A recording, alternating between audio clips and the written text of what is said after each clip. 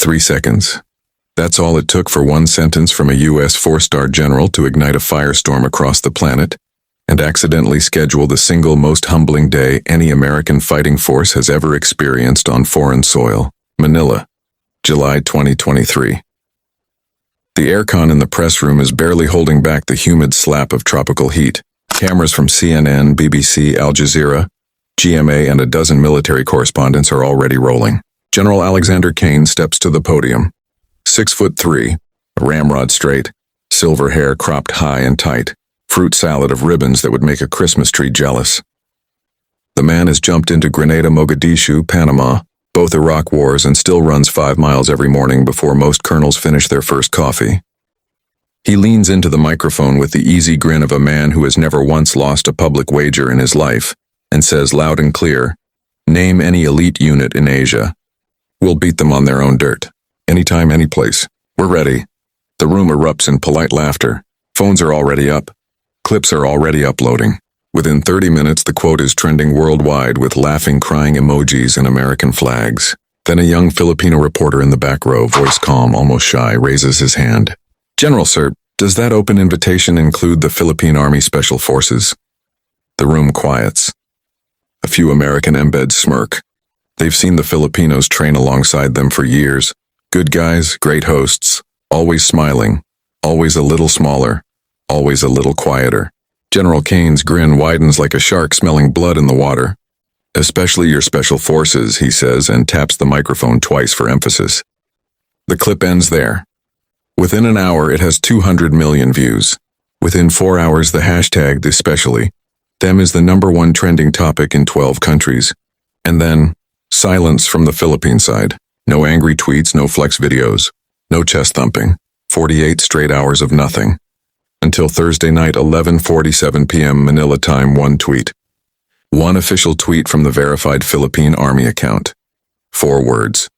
4 words that crash the server for 11 full minutes because so many people try to refresh at once. "We gratefully accept, sir." No emoji, no exclamation point.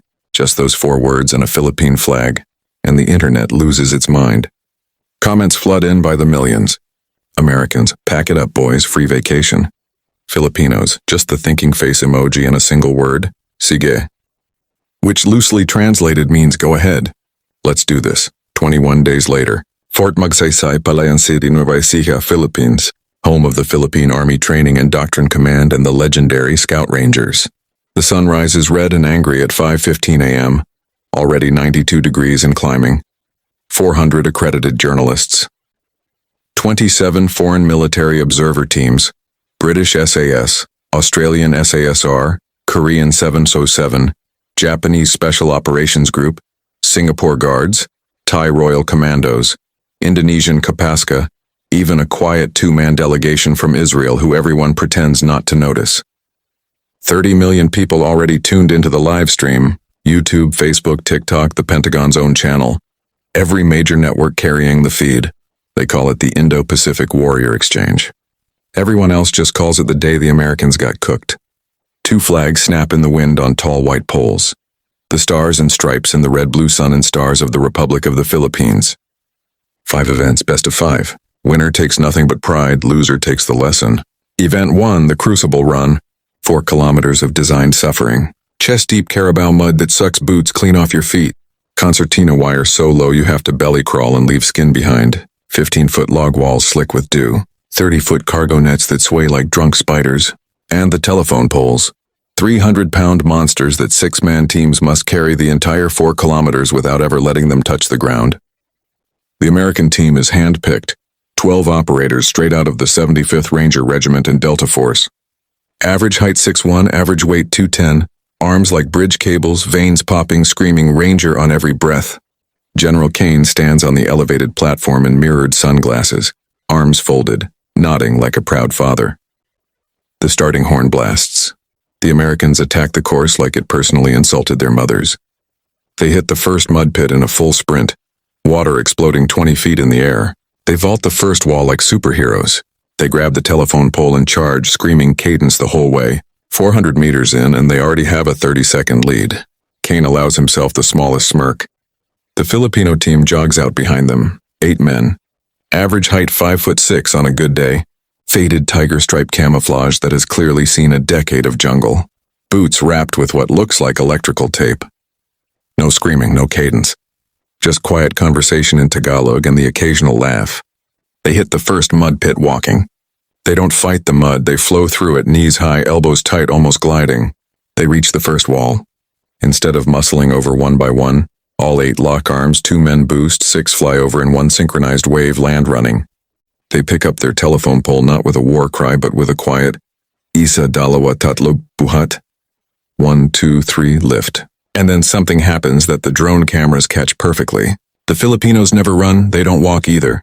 They move at this steady, relentless, almost lazy-looking pace that eats distance like a conveyor belt. 500 meters to go. The Americans are still ahead, but their screams have turned to grunts.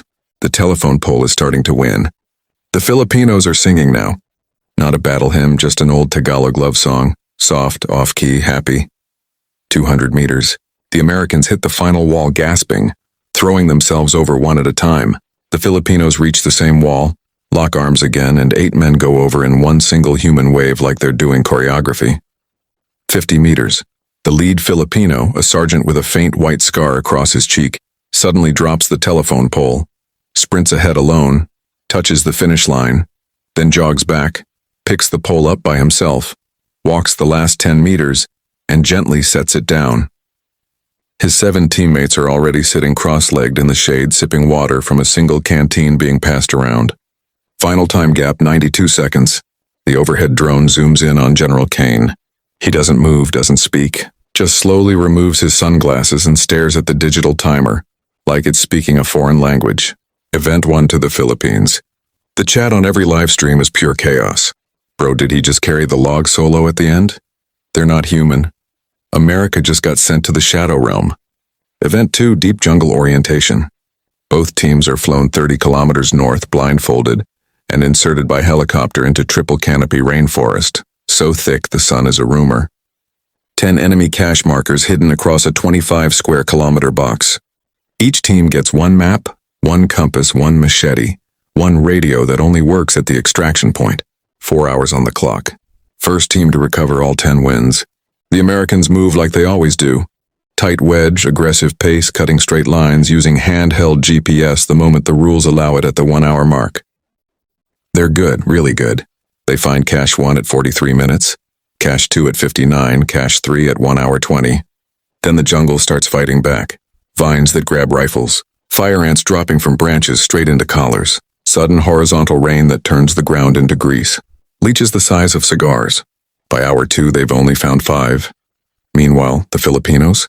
The insertion helicopter is still climbing away when the 8 men just disappear. No broken branches, no voices on the wind, no footprints in the mud. The overhead ISR drone loses them in 37 seconds. 69 minutes later, 1 hour and 9 minutes total.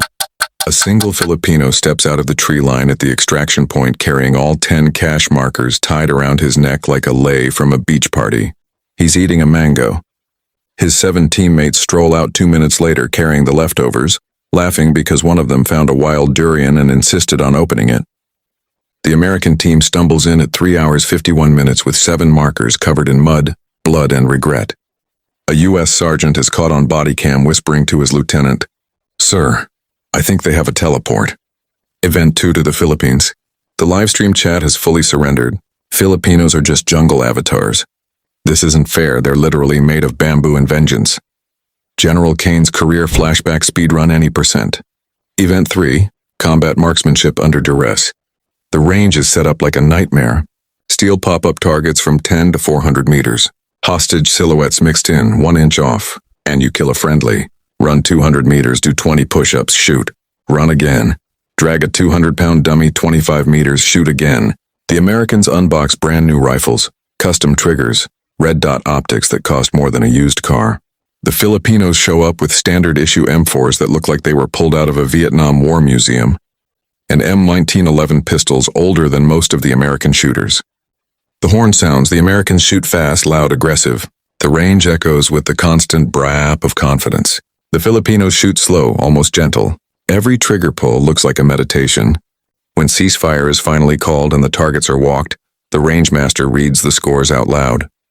Filipinos 297 out of 300. Americans 294, 3 points. 3 points is all that separated them. General Kane stares at the paper so long the runner holding it starts to sweat. One American captain is heard muttering, "They're shooting 1911s from 1943, how?" A Filipino sergeant just smiles, taps his temple, and says in perfect English, "The rifle is only wood and steel, sir. The special part is behind the trigger." Event 3 to the Philippines. The internet is no longer coping. Someone edits the "To the Window to the Wall" song over slow-motion clips of Filipinos shooting. It gets 100 million views in a day. Event 4. Live fire, urban assault, and room clearing. A 2-story concrete kill house built specifically for this event. 20 rooms live role players who fight back hard. Some mannequins are hostages, some are threats, some are both depending on the angle. Speed versus precision. The Americans attack like a thunderstorm. Flashbangs, suppressed bursts, perfect pieing of corners, violent but controlled. They clear the entire building in 1 minute 41 seconds. One hostage takes a simulated graze to the leg. Everything else textbook perfect. The Filipinos step up. They move slower, almost casual. 2 minutes 11 seconds later, the last Filipino exits the building. 30 seconds slower, but when the judges walk the house, 0 hostages touched. Every single threat double-tapped exactly center mass. Not one extra round fired anywhere. Total ammunition expended by the Filipino 8-man team, 47 rounds. The Americans used 192. The British SAS major observing writes one word across the scorecard in thick black marker. Art. Event 4 to the Philippines. The gap is now impossible. Event 5, the night infiltration and hostage rescue. This is the one everyone has been waiting for. Pitch black new moon, a mock terrorist compound 3 football fields away. Inside, one downed pilot wearing a hood and noise-canceling headphones so he can't help. Outside, 12 roaming guards, trip flares, dogs, pressure plates. 8 minutes on the clock. The Americans move first. They go in exactly like they train. Low crawl suppressors, night vision, perfect bounding overwatch, flashbangs on entry. They fight like demons.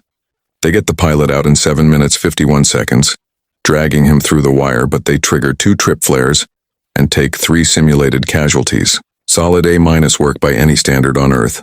Then it's the Filipinos' turn. They line up at the start point, they wait. They wait for one cloud to drift across what little starlight there is. Then 8 shadows peel away from the tree line and simply cease to exist. No footsteps, no radio chatter. Even the thermal drones lose them in the tall grass. 4 minutes and 58 seconds later, the extraction helicopter's spotlight sweeps the landing zone for pickup. The light lands on 8 Filipino operators sitting cross-legged in perfect 2-rank formation, calmly passing a single canteen around. The rescued pilot is sitting in the middle, hood off, drinking water, looking mildly confused but very much alive. 0 trip flares, 0 shots fired, 0 footprints leading in or out. The helicopter pilot's voice crackles over the open channel. Control. Be advised the package is already secure and the team is requesting permission to chill until pickup. The scoreboard flashes the final tally. 503 full seconds of absolute silence across the entire base. Then 400 journalists, 27 foreign delegations, and every soldier on the field lose their minds. The roar is so loud it registers on seismographs in Subic Bay. General Alexander Kane walks alone across the parade square. Every camera in the Pacific zooms in on his face. He stops 3 feet in front of Captain Rafael Mendoza, 5'7", maybe 140 pounds, soaking wet, face calm as a lake at dawn. Kane removes his beret, comes to perfect attention, and delivers the slowest, crispest, most deliberate salute of his 34-year military career. Then he steps to the nearest microphone and says the words that will be played at every Ranger graduation for the next 50 years. Captain Mendoza, your men didn't beat us today. They rewrote the standard by which every special operations force on this planet will now be measured, and the United States Army will never ever forget who taught us that lesson. The applause is deafening. Captain Mendoza returns the salute, steps forward, and answers in perfect, gentle English. Sir, there are no winners today. Only brothers who just got better together. Maraming salamat po, thank you very much. The cameras catch everything that happens next. American Rangers rushing forward to shake hands. Filipino Scout Rangers smiling for the first time all day. Someone starts singing the Philippine national anthem. Someone else starts singing the Star-Spangled Banner.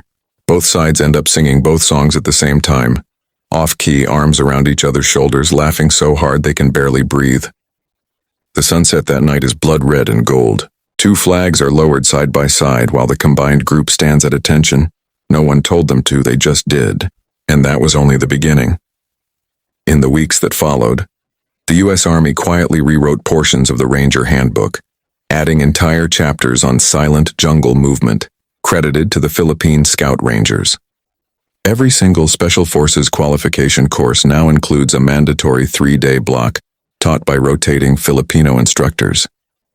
Captain Mendoza was invited to Fort Bragg, where he ran an entire Q-course class of cocky American candidates into the ground for 72 hours straight, then cooked them chicken adobo and made every single one call him Tito Raffi before they were allowed to eat. A year later, during a real-world operation against an Abu Sayyaf stronghold in the Sulu archipelago, a joint Filipino-American task force moved so seamlessly together that the terrorists never managed to fire a single shot. The classified after-action review contains one handwritten line in the margin that has since become legend inside the community. They don't fight like brothers. They fight like the same man wearing 2 different flags. Every July 17th since that day, something quiet and beautiful happens. No press release, no cameras allowed. American and Filipino operators meet back at that same parade square in Fort Magsaysay at dusk. They lower both flags together. One American always says the same thing. "Still 5-0, sir." One Filipino always answers with the same grin. "Next year we spot you one event, huh?" Then they crack open San Miguel and Budweiser from the same cooler, tell the same stories louder every year, and go plan the next real-world mission side by side. Because some challenges don't end in victory or defeat. Some end in respect so deep it changes armies forever. And that, ladies and gentlemen, is the true, complete, unfiltered story of the day. A cocky American general threw down a gauntlet to the quietest warriors on Earth, and accidentally forged one of the greatest alliances the special operations world has ever known. Never forget, the loudest statement is sometimes made in complete silence, and the strongest warriors are the ones who never have to tell you they're strong. They just smile, nod once, and say, "Sige po, game."